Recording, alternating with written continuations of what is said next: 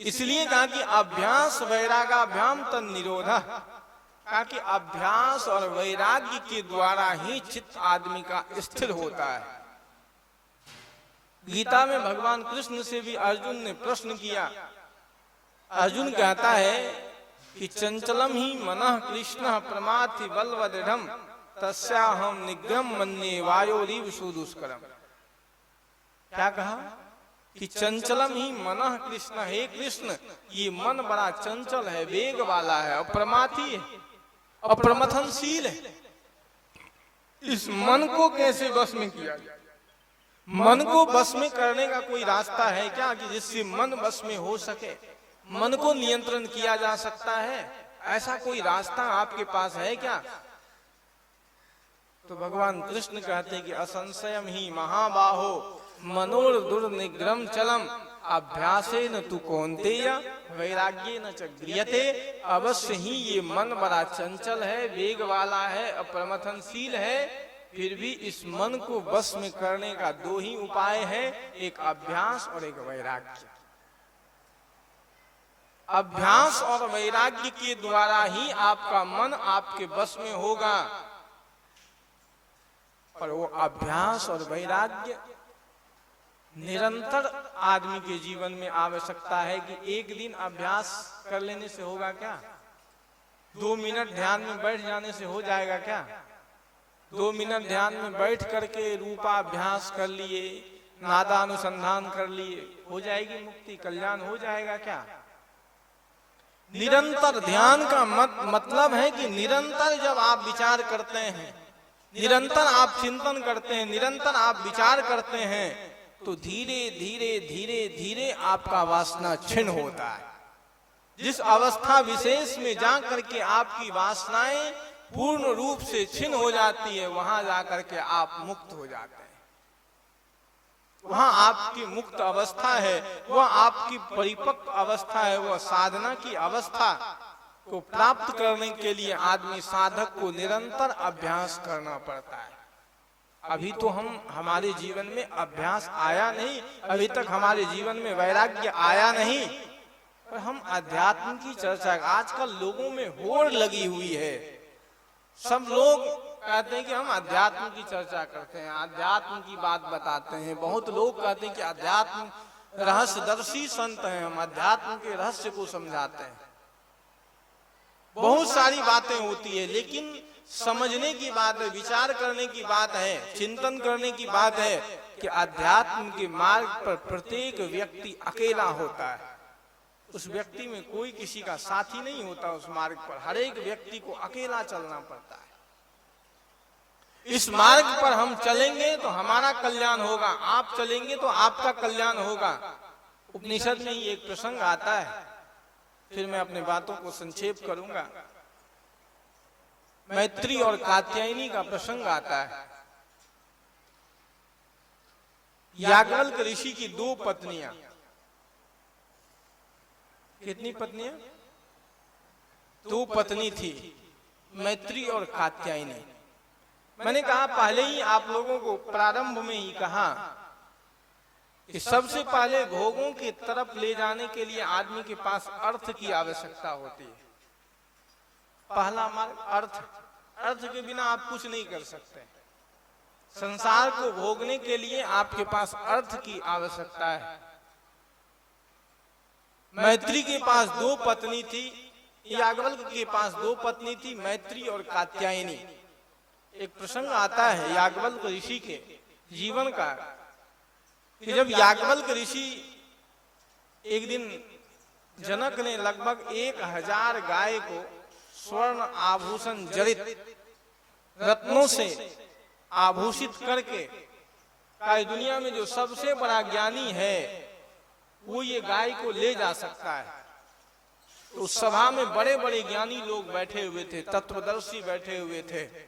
किसी की हिम्मत नहीं हुई कि गाय को हाँक करके ले जाए। कौन आदमी अपने आप को ज्ञानी कहे? जो व्यक्ति अपने आप को ज्ञानी कहेगा वो तो सबसे बड़ा मूर्ख होगा। आजकल की परंपराएं चली हैं कि लोग अपने आप को बहुत बड़ा सिद्ध करने का कोशिश करता है बहुत ज्ञानी, बहुत जानकार, बहुत विद्वान कहने की कोशिश करता है। इन जो समझदार आदमी है, परिपक्व आदमी, वो कभी अपने आप को प्रकट करने का कोशिश, क्योंकि अगर आपके पास ज्ञान है, आपके पास वो स्थिति है, तो लोग अपने आप परख लेते हैं कि किसके पास क्या है, कहने की जरूरत नहीं है। लेकिन आज का प्रचलन ऐसा है जो दिखावा ज्यादा बिकता है, जो दिखता है वो बिकता है। आप लोग कहते हैं ना कि जो दिखता है वो बिकता है। बाइस्कोप देखें, बाइस्कोप आता था तो बाइस्कोप में बाहर कुछ लेबल कुछ और लगा रहता और अंदर देखिए तो कुछ और, कुछ नहीं मिलेगा। तो ये बाइस्कोप वाली बातें हो गई आज अध्यात्म के मार्ग में भी, कि लेबल लगा हुआ है, लेबल चिपका हुआ है बाहर से, चमक दमक का। बहुत बड़े ज्ञानी हैं, बहुत बड़े विद्वान हैं, बहुत बड़े समझदार हैं, लेकिन जो समझने वाला व्यक्ति है वो तुरंत समझ लेता है। तो याज्ञवल्क्य ऋषि ने, किसी की हिम्मत नहीं हुई तो याज्ञवल्क्य ऋषि जी अपने शिष्य को कहा था कि सब गाय हाँक करके ले जाओ। वहां जितने विद्वान बैठे थे सब देखते रह गए। तो किसी की हिम्मत नहीं हुई कि याज्ञवल्क्य ऋषि के मुंह पर कोई उत्तर दे, प्रत्युत्तर करे। लेकिन उसी में एक स्त्री बैठी हुई थी, गार्गी। उन्होंने बहुत सारे प्रश्न किए, सबका उत्तर दिया और सभी प्रश्नों का उत्तर दे दिया उन्होंने, याज्ञवल्क्य ऋषि ने। ये प्रसंग आता है तो अर्थ के लिए उन्होंने सारे गाय को हाँक करके ले गया अपने यहाँ। लेकिन जब अध्यात्म की बारी आई, कल्याण की बारी आई, तो दोनों पत्नी को बुलाया सामने। अभी तक हमने बहुत सारा धन इकट्ठा किया है, संपत्ति इकट्ठा की है, ये दोनों, ये संपत्ति तुम लोग आपस में बांट लो, आपस में बांट लें। तो एक पत्नी तो खुश हुई कि चलो, अभी तक कुछ लेना होता था, कुछ मांगना होता था तो पति के पास जाना पड़ता था, बिना उससे अनुमति लिए तो कुछ ले नहीं सकते थे, क्योंकि मालिक वही थे। अब पैसा धन सब कुछ हमको मिल जाएगा तो हम जैसा चाहेंगे वैसा जीवन जिएंगे, क्या जो मन में होगा लेंगे। लेकिन जो समझदार थी, जो परिपक्व थी, उन्होंने प्रश्न किया कि जिस धन संपत्ति से हम अमृतत्व को प्राप्त नहीं हो पाएंगे, उस धन संपत्ति का हम क्या करेंगे? तेने हम किम कुर्याम, उस धन का हम हमारे जीवन में क्या प्रयोजन, उस अर्थ का हमारे जीवन में क्या प्रयोजन? क्योंकि संसार के जितने भी संबंध है, स्वार्थ का संबंध है, अपनी अपनी कामना के लिए सब प्रिय होते हैं। पति प्रिय है पत्नी की अपनी कामना के लिए, पति को पत्नी प्रिय है अपनी कामना के लिए, पुत्र को माँ बाप प्रिय हैं अपने स्वार्थ के लिए। सब संसार का संबंध स्वार्थ का है। कहा कि मेरे हिस्से का भी धन दे दीजिए कात्यायनी को। मैत्री, हम तो अपने अध्यात्म मार्ग के लिए चलेंगे, कल्याण मार्ग के लिए चलेंगे। तो याज्ञवल्क्य जैसे ऋषि को भी अध्यात्म मार्ग पर चलने के लिए संसार की वास्तविकता को समझना पड़ा, उनको छोड़ना पड़ा, उनको त्याग करना पड़ा। तो इसी प्रकार विचार करके देखें, चिंतन करें तो अध्यात्म का मार्ग इतना कठिन मार्ग है, उसको इतना आसानी से नहीं समझा जा सकता है। जितना आसानी से आज हम लोग समझने की कोशिश करते हैं, जितना आसानी से आज हम लोग जानने की कोशिश करते हैं, उतना आसानी से अध्यात्म को नहीं समझा जा सकता है। अध्यात्म को समझने के लिए एक परिपक्व स्थिति होगी, तभी आप अध्यात्म को समझेंगे। तो मैंने बात प्रारंभ किया था कि उत्तिष्ठता जागृता प्राप्य वरान निबोधता। महर्षि ने क्या कहा कि उठो। सबसे पहली स्थिति है कि उठो, उठो और जगो। जगने का अर्थ है कि जिस दिन आपके भीतर में विषयों से विरक्ति हो जाए, जिस दिन संसार की आसक्ति आपकी मिट जाए, जिस दिन आपको विषयों से वैराग्य हो जाएगा, उस दिन आप उठ जाएंगे, जग जाएंगे।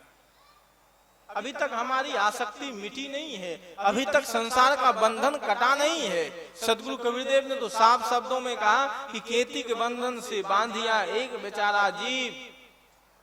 कितने बंधन हमने अपने जीवन में बना करके रखे हैं, काम, क्रोध, लोभ, मोह, अहंकार, ईर्ष्या, द्वेष, मद, मत्सर, न जाने कितने बंधनों को हमने अपने जीवन में बांध लिया है और उसी में रच पच करके हमारा जीवन समाप्त हो जाता है। भोगों में रच पच करके आदमी का जीवन समाप्त हो जाता है, तृप्ति नहीं मिलती है। तो इसीलिए कहते कि उठो, जगो, और जो महापुरुषों ने प्राप्त किया है, श्रेष्ठ पुरुषों ने प्राप्त किया है, हमारे पूर्ववर्ती इतने हजारों महापुरुष हैं, किनका किनका नाम गिनाया जाए, किसी एक व्यक्ति का नाम नहीं लिया जा सकता है। अपने अपने साधना से सबने समाज कल्याण के लिए, लोक कल्याण के लिए एक मार्ग प्रशस्त किया। और एक बात मैं आपको कह देना चाहता हूं, देखिए कई बार हम लोग आपस में विवाद करने लगते हैं कि हमारा ही मार्ग सर्वश्रेष्ठ है। आजकल इसकी भी बहुत बड़ी होड़ लगी हुई है, विवाद का विषय बना हुआ है कि हमारे गुरु महाराज ने जो कह के गए हैं, इत्थमेव प्रमाणम, वही प्रमाण है, वही मार्ग सही है, दूसरा सब गलत है। ये जो विचार आज समाज में ट्रेंड कर रहा है, ये जो विचार आज लोगों के मस्तिष्क में घूम रहा है, ऐसे मस्तिष्क वाले का दुर्भाग्य,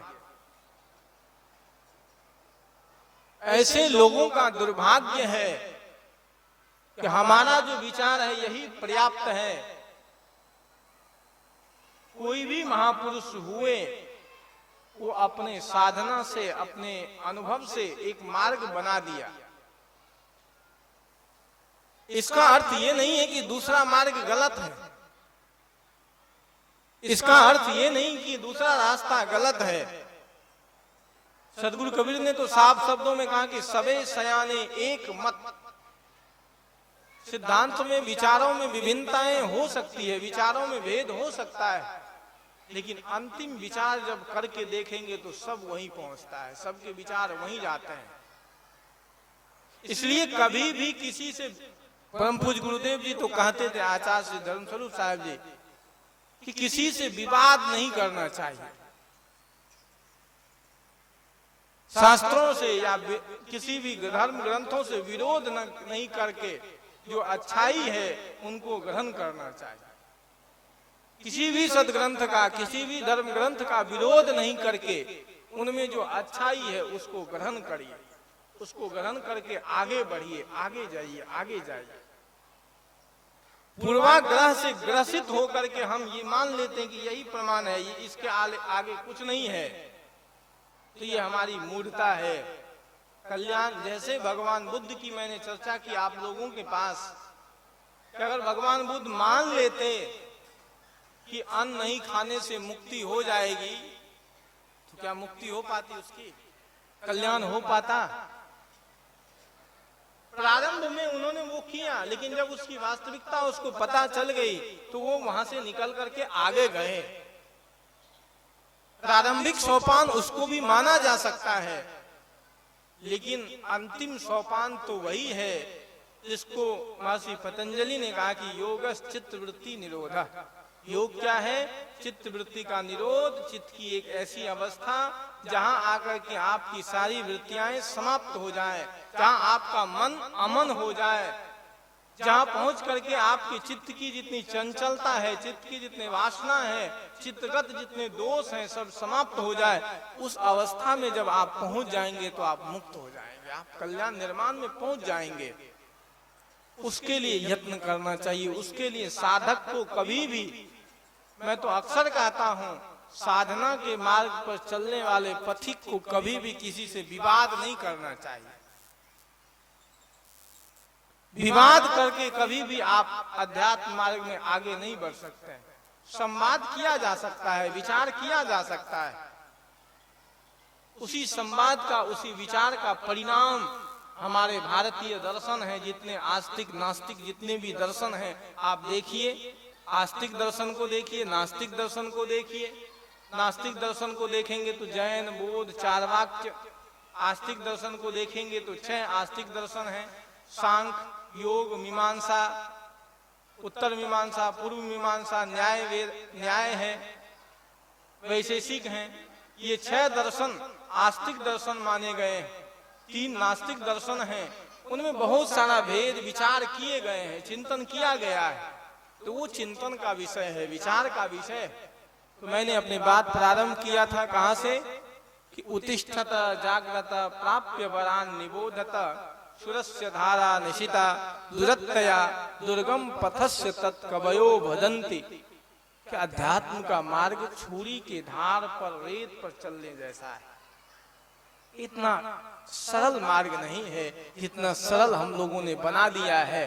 अगर अध्यात्म के पथिक होना चाहते हैं, तो अध्यात्म मार्ग पर चलना चाहते हैं, तो आपको चिंतन करना पड़ेगा, विचार करना पड़ेगा, धैर्य रखना पड़ेगा और निरंतर साधना के मार्ग पर आगे चलना पड़ेगा। जो साधक निरंतर साधना के मार्ग पर आगे चलता है, वो साधक की साधना सफल होती है।